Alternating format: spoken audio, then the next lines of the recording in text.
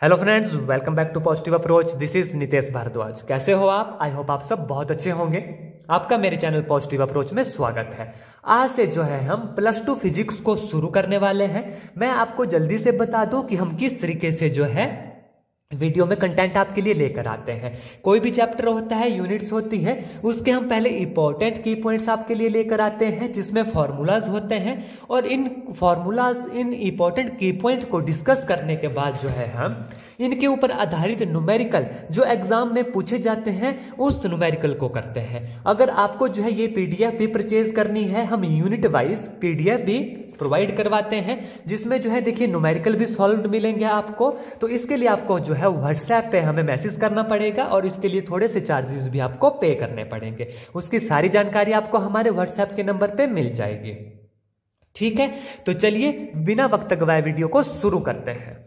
आज जो है +2 फिजिक्स का पहला चैप्टर फर्स्ट यूनिट का इलेक्ट्रोस्टैटिक चार्जेस के बारे में है।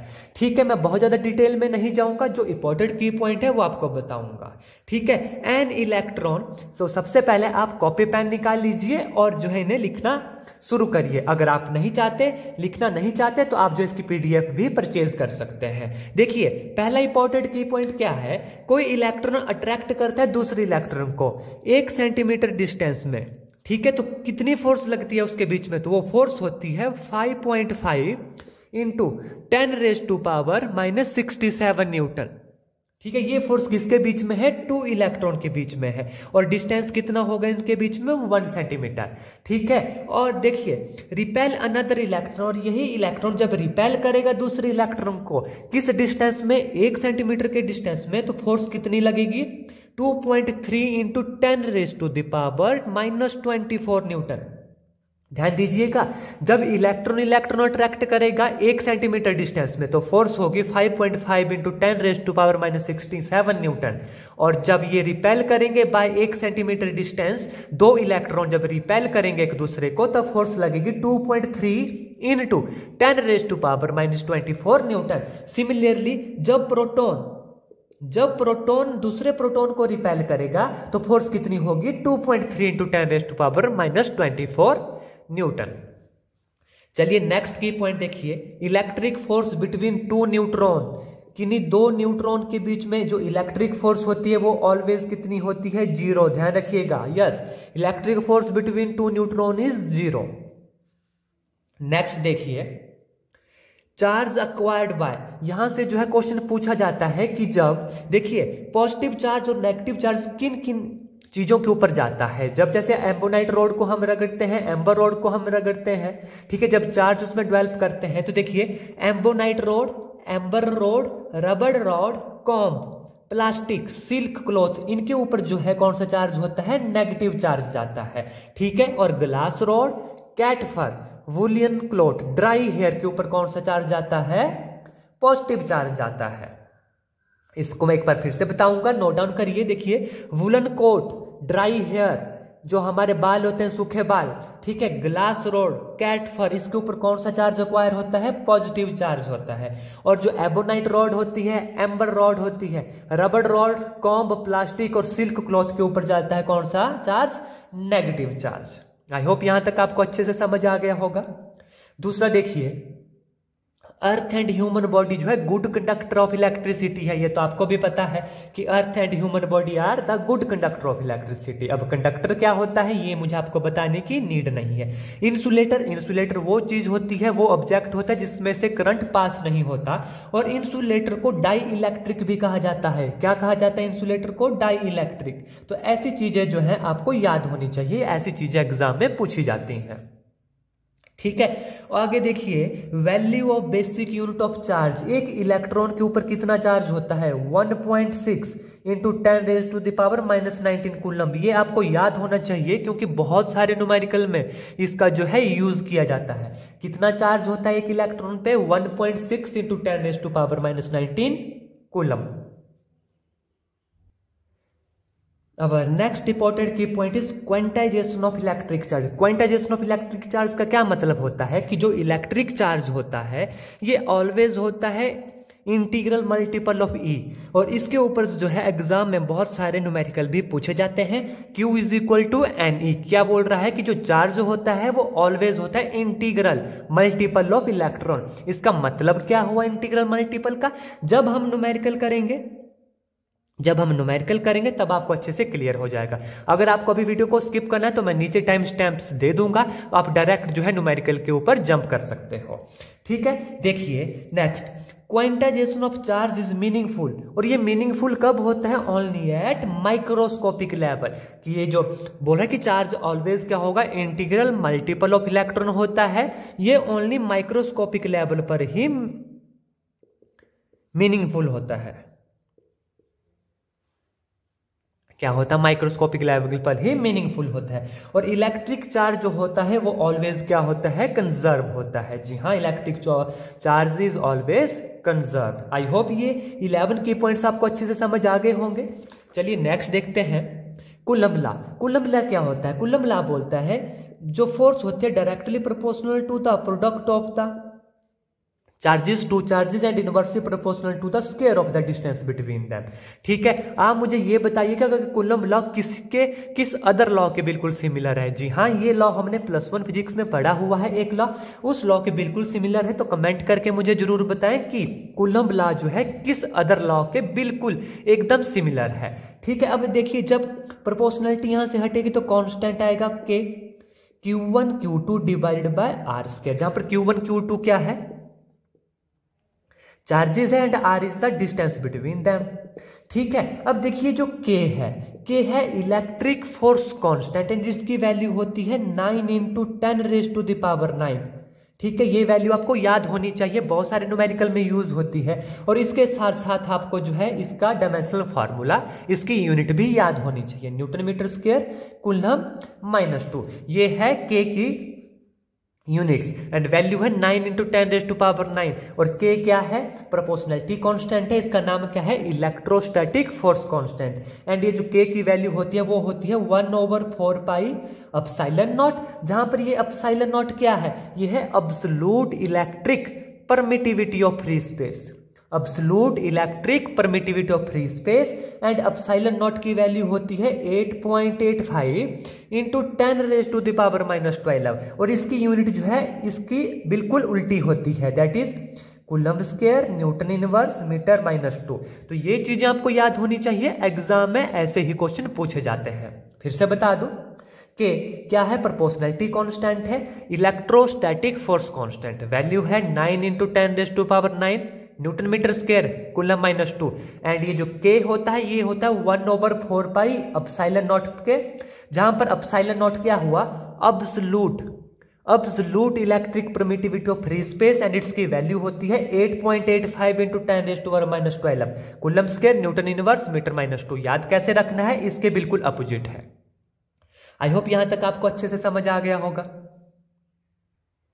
नेक्स्ट देखिए, this law coulomb law verified over distance ranging from, ये वेरीफाई होता है 10⁻⁻10 मीटर से लेकर मैक्रोस्कोपिक ऑब्जेक्ट तक। कहां तक? मैक्रोस्कोपिक ऑब्जेक्ट तक जो है यह लॉ वेरीफाई किया जाता है। कौन सा लॉ? Coulomb law.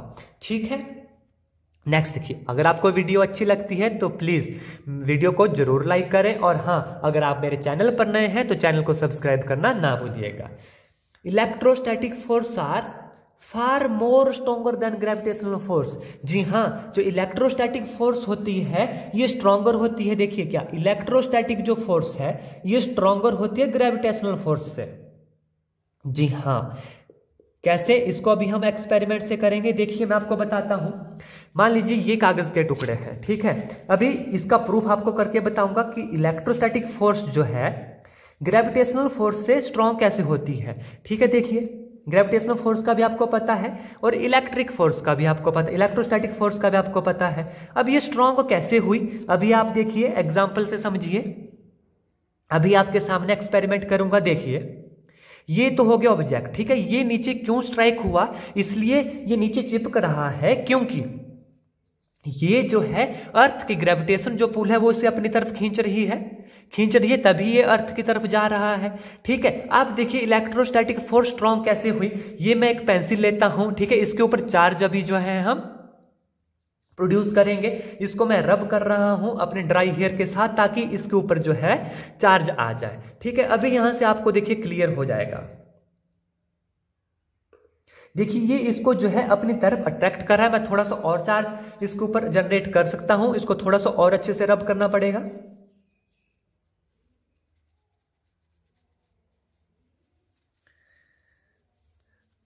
जब हम एक्सपेरिमेंट से ऐसी चीजें समझते हैं तो हमें जो है बहुत ज्यादा अच्छे से जो है समझ आता है। ठीक है, देखिए ये चिपक रहा है इसके साथ, जैसे ये अपनी तरफ इसको देखिए अट्रैक्ट कर रहा है। ठीक है, अभी तो इसके तरफ अट्रैक्ट अभी नहीं हो रहे, लेकिन आप ध्यान से देख सकते हैं कि जो चार्ज इसके ऊपर, जो पेंसिल के ऊपर चार्ज हुआ था, मैं फिर से आपको बताता हूं, इसकी तरफ जो है अट्रैक्ट हो रहा है।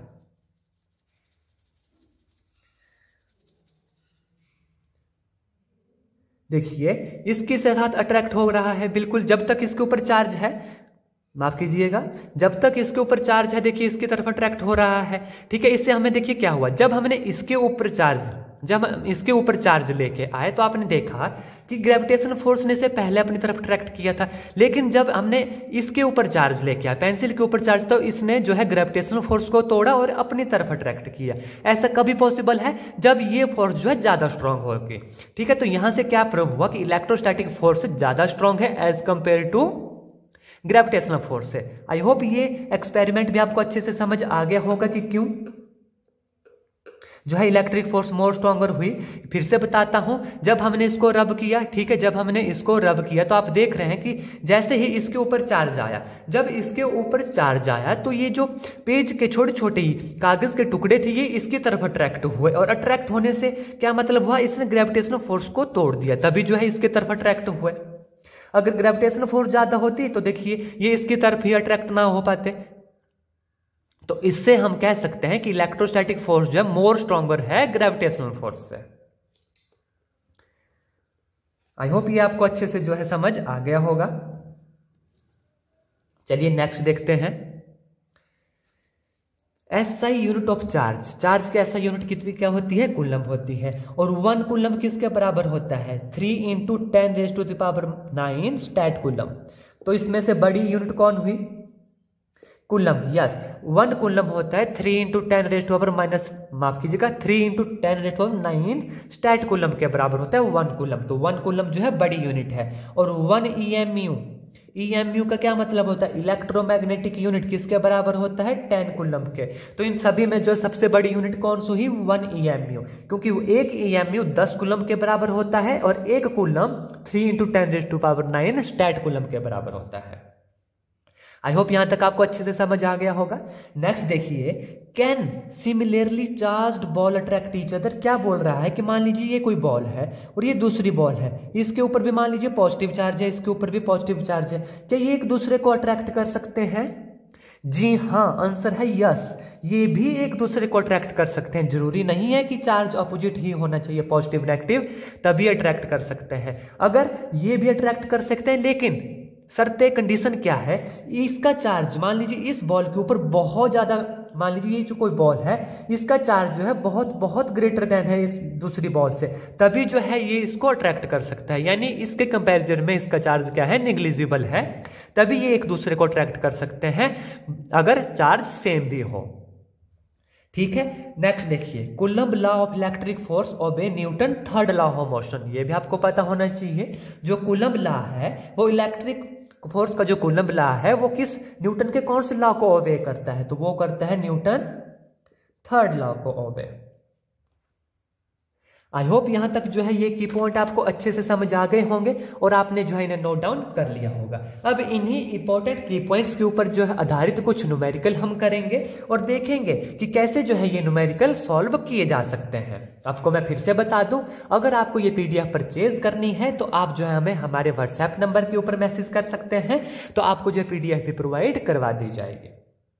देखिए, what is the value of charge on body which carries 20 excess electron. Charge पूछा गया है, हमें पता है क्वांटिजेशन ऑफ चार्ज क्या होता है, Q is equal to NE। चार्ज पूछा गया है हमसे, ठीक है। इलेक्ट्रॉन की वैल्यू भी हमें पता है 1.6 इंटू 10⁻⁻19 कूलम होती है। N कितना दिया गया है, देखिए 20 एक्सेस इलेक्ट्रॉन है। कितना दिया गया है, N 20 दिया गया है, तो चार्ज निकल जाएगा 20 इंटू ई 1.6 इंटू 10⁻⁻19 कूलम।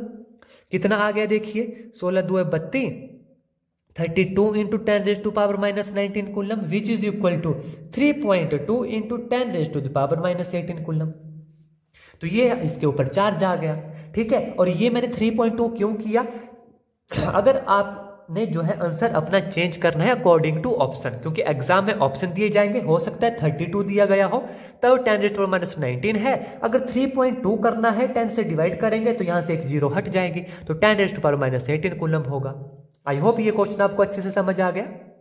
नेक्स्ट देखिए, is a charge of 5.8 into 10⁻⁻18 coulomb possible. क्या ये पॉसिबल हो सकता है।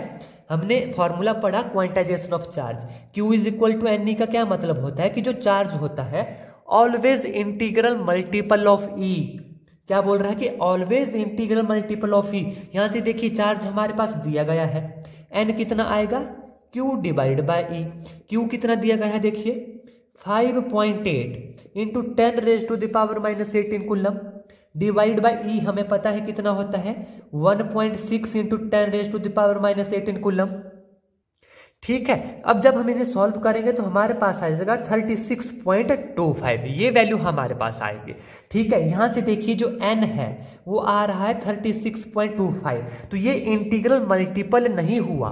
क्यों, क्योंकि n हमारे पास ऑलवेज आना चाहिए 1 2 3 4 5 6 एंड सो ऑन, ये पॉइंट वाली वैल्यू हमें नहीं चाहिए। तो हमने पढ़ा था क्वांटाइजेशन ऑफ चार्ज में कि जो चार्ज होता है ऑलवेज होता है इंटीग्रल मल्टीपल, लेकिन यहां पर इंटीग्रल मल्टीपल नहीं आ रहा, इसका मतलब ये जो चार्ज है ये पॉसिबल नहीं हो सकता।